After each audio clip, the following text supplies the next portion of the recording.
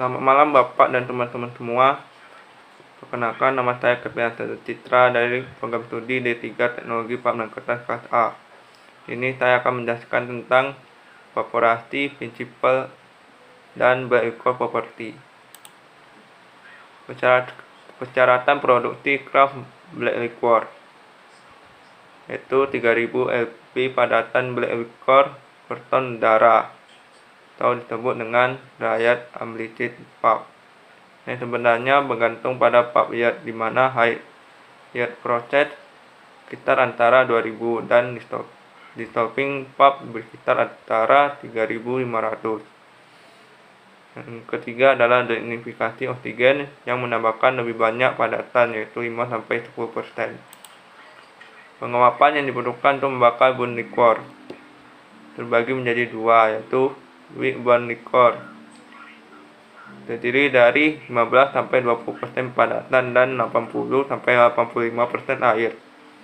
Yang kedua adalah BL dari recovery boiler, itu 65-85% padatan dan 15-25% air.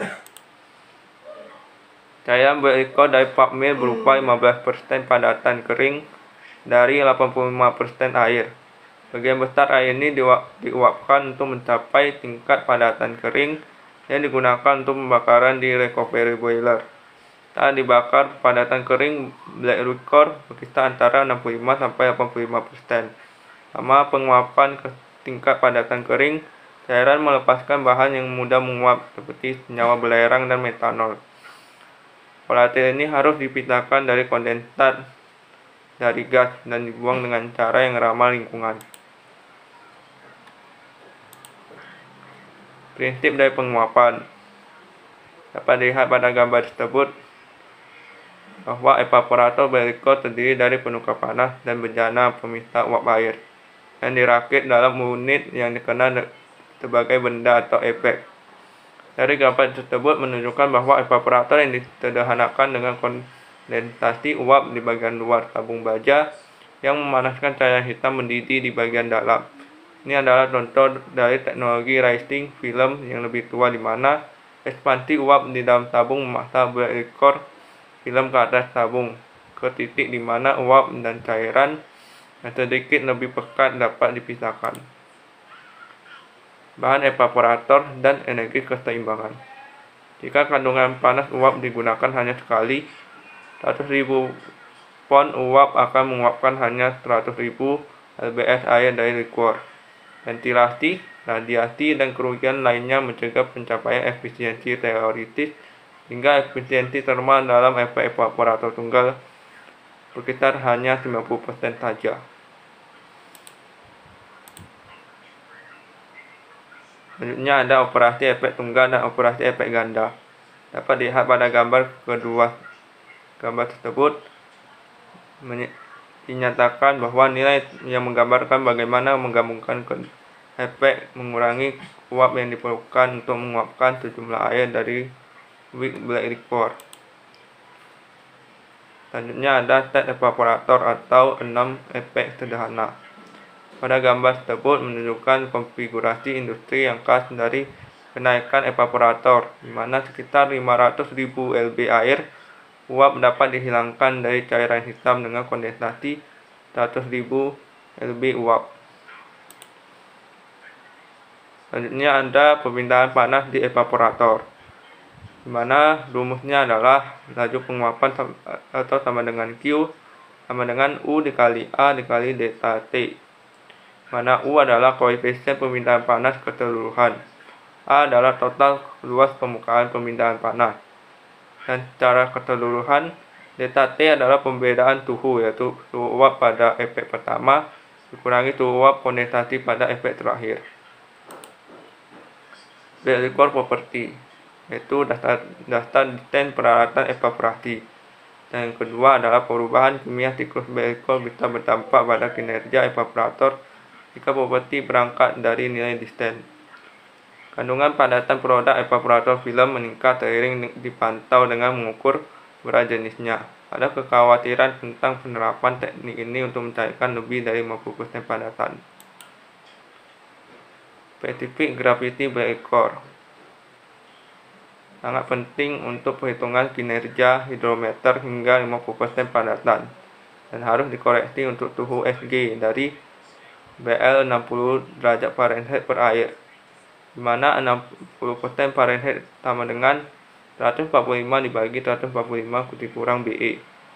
Konten padat disimpulkan hingga 50%, tapi korelasi berubah dengan spesies kayu, yang memberikan korelasi yang berguna untuk menentukan padatan cairan hitam sebagai fungsi dari padatan dan suhu.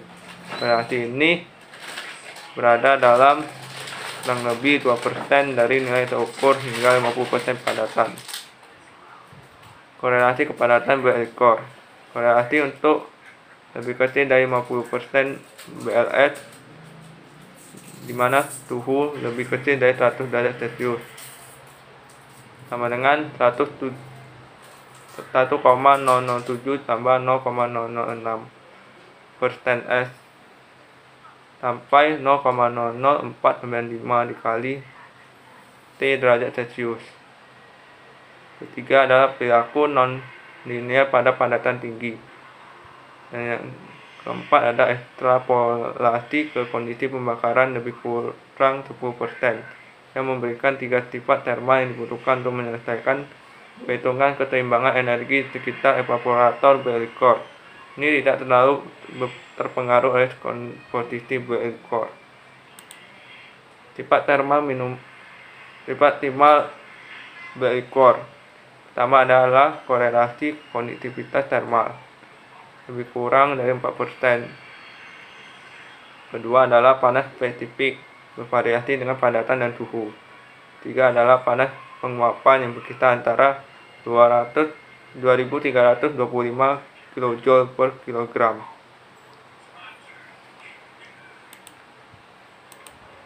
Selanjutnya ada viskositas black core. Dapat dilihat pada tabel tersebut mengilustrasikan bagaimana viskositas black core bergantung kandungan padatan kering dan suhu untuk warna hitam.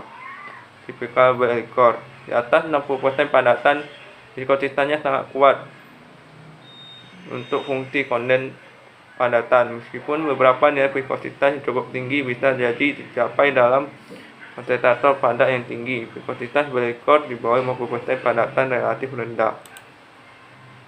Black core viscosity petrosolid. Gambar tersebut menunjukkan bahwa black core adalah bahan kental yang viskositas inherennya kompleks dan sebagian besar tidak diketahui dengan fungsi kondisi pulping.